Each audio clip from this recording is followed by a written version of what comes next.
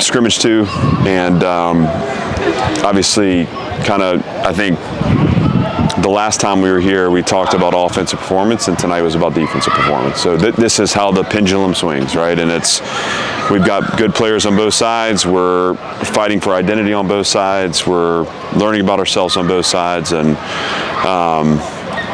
I didn't like the pre-snap penalties. I didn't like the fact that we had the ball on the goal line 3 times and came away with 3 points. The 2 snap penalties there under center were problematic, and I think scoring touchdowns in the goal line area is an attitude. So a lot to clean up that way, but it's also just a point in the progression line. And, we'll celebrate the things we did well. I thought there were some individual performances that stood out. I loved the post early. I thought defensively, again, we had some guys step up and just were able to play a little better tonight on defense. What did you think was the key to the successful defense in those goal line situations?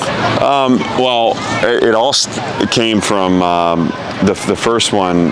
Bryce Cowan did a really nice job on the quarterback pulled the ball, and he had pylon leverage and cut it off and made a play. If you ask Diego, he's going to tell you he was going to score there, and it looked pretty clean to me defensively. There's a head body mindset in that. I felt like when the field got tight, they executed, and they were able to win up front. And then again in third, and I think both the fumbles maybe were 3rd and 1s. I may be wrong. Maybe one was 4th and 1. Anytime the ball's on the ground, obviously, that's the offense, supporting the defense. So I love the attitude. I love to compete. I love the execution, and we got to be able to capitalize when the offense is sloppy, and that's what happened tonight. Does Blaze just not have a lot of experience under center, or he got stepped on once, and I'm not really sure what happened. I think there's 2 things. Because actually, Diego fumbled one last week under center. I think this is something we need to work on in general. We do under center exchange every day, but it's different when you've got the center covered up and you're on the goal line and you're running a play and they're getting collisioned. And I think it's repetition. So I wouldn't put that on Blaze, and I really necessarily wouldn't put it on the center. I'd say something we need to work and improve, and obviously, we'll need to clean that up by the time we're playing. Defensively, there were a lot of quarterback runs that were successful. What do you attribute that to? Sometimes it's rush lane issue. I think a lot of them tonight were finding escape points in the pocket. So we'll have to look at where we lost contain, or maybe opened a B gap space up, and what happened in those situations. I didn't see as many of the designed runs tonight. Like the first time we went live here 2 weeks ago, Jay St. Hilaire pulled one and encircled us. I didn't feel like that was going on. And then sometimes you're just going to absorb some yards. I don't think the idea that it's going to be perfect. What we have to do is be opportunistic when we get them off schedule. I think our 3rd down performance, it was as good as we've been on 3rd down in a while. And yet it's one day, and what I expect on Tuesday is the offense will respond, and by the time we're playing this spring game, it could be a totally different story. But I'm not worried about the quarterback, but I do think we have to have some pocket conversations and compress the space, and I don't know that we did that well all the time tonight. So the last year as freshmen, Tristan Brown and Joseph McVay both had a couple of flashes on deep balls, and then there was another one today.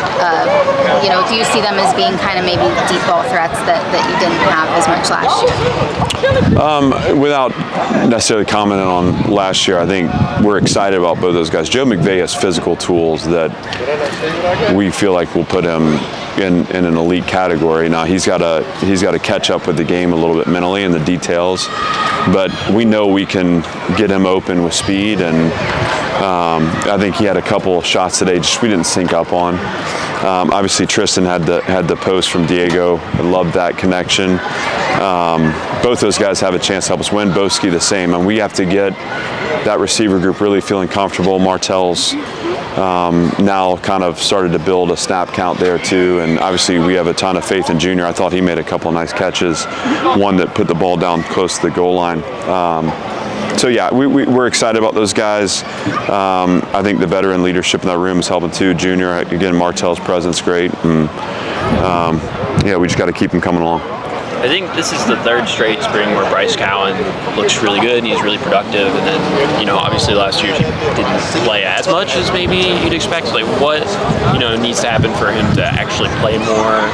What does it say about him also that I think most guys in that spot probably would have transferred by now? Yeah. Well, Bryce, first of all, I'm really proud of his development. This is a kid that really he's had to learn and grow in every aspect of his life. He's got a great family and a lot of people that support him here, but he was undersized, he was undertrained, and it's just taken him time. I think as far as his play production, we've been waiting for him to clean up his detail, clean up his consistency.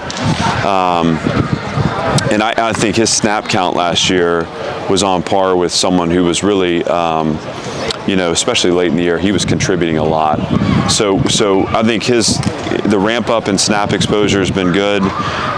He's had a huge special teams presence. I think the hot and cold of his performances in the LSU game on a kickoff coverage snap, I've never seen someone cover that way. And then on one of the rushing touchdowns, he needs to spill the ball and not hammer it, be inside out, not outside in. And again, not to nitpick that, but that consistency is a difference for us in winning and losing.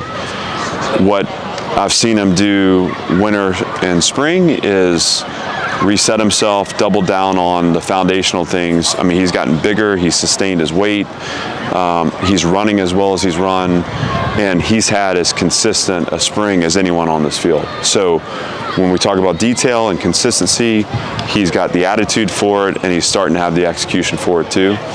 And I can't put limitations on what he's capable of, and I've always felt that way. It's just really cool to see it come into life right now on the field, and he's a guy that can make a difference on first and second down, on special teams, on third down. He can do a lot. Chase Mitchell, when we talked to him on Thursday, he was talking about how kind of he has a child, and at his last school that maybe wasn't as accepted, but how your program is really friendly to players who have children. How important is that to you to welcome maybe girlfriends, children of your players into your team? Well, I want everyone to feel a sense of belonging, and I think sometimes when you're addressing the team, the common thread of the team is that they're all sons. And so, I'm a parent. I have sons. I'm a son myself. And so I see myself in them. I see my kids in them. And that really sets the course for how we relate to each other. When you have a parent who's also a father, there's another layer of relatability. And independent of anything else, you're responsible for another soul in this world. These guys are navigating such challenging circumstances right now in general. They're trying to find themselves in this, which I think is such an important part of the journey. For them to feel like we see them, we support them, we see their family, the people that are important to them, they're important to us. It creates the environment that I think leads to a connected team that cares about each other. And so you asked what it means. I think it's everything. And we're happy to have Chase and his family with us, just like all the guys that have kids. And I think it's really cool that their children get a chance to see their dads as players. That's something my kids. I don't think my kids. They still don't believe me that I played. So we want to welcome that. We want it to be a sense of belonging, and I think for us to be able to share this time and space with them is special to us too. Anything else? Thank you. I got one thing. Happy birthday, Robbie.